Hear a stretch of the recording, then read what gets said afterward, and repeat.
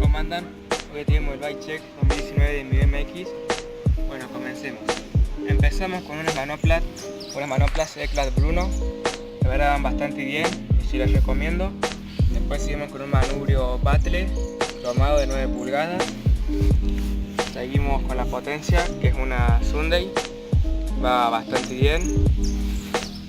Después seguimos con el juego de dirección, que es un juego de dirección Odyssey.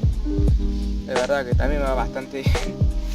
Después seguimos con una horquilla Grow B-Classic, de las viejas, pero se la aguanta. La verdad que se la aguanta bastante. Después la cubierta es una Cult, está un poco gastada, pero sigue tirando así. Bueno, después la cámara, una de las comunes.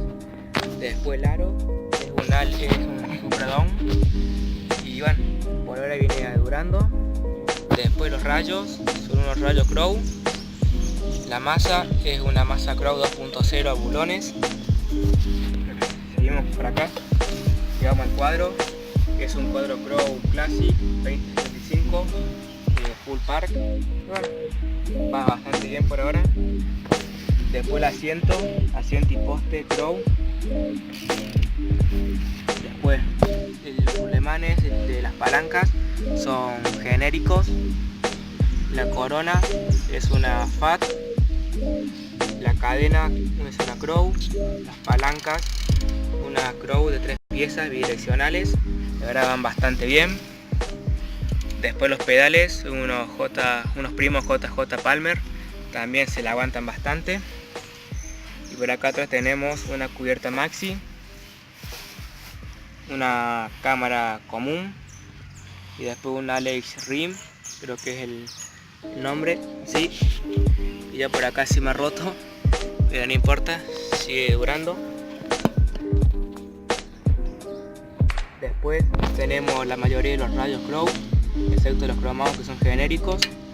Y después la masa es una Crow 2.0. Este fue el bike check de mi bici. La verdad que una bici que me gusta bastante, es bastante cómoda. Bueno, acá está la bici, espero que les haya gustado el bike check.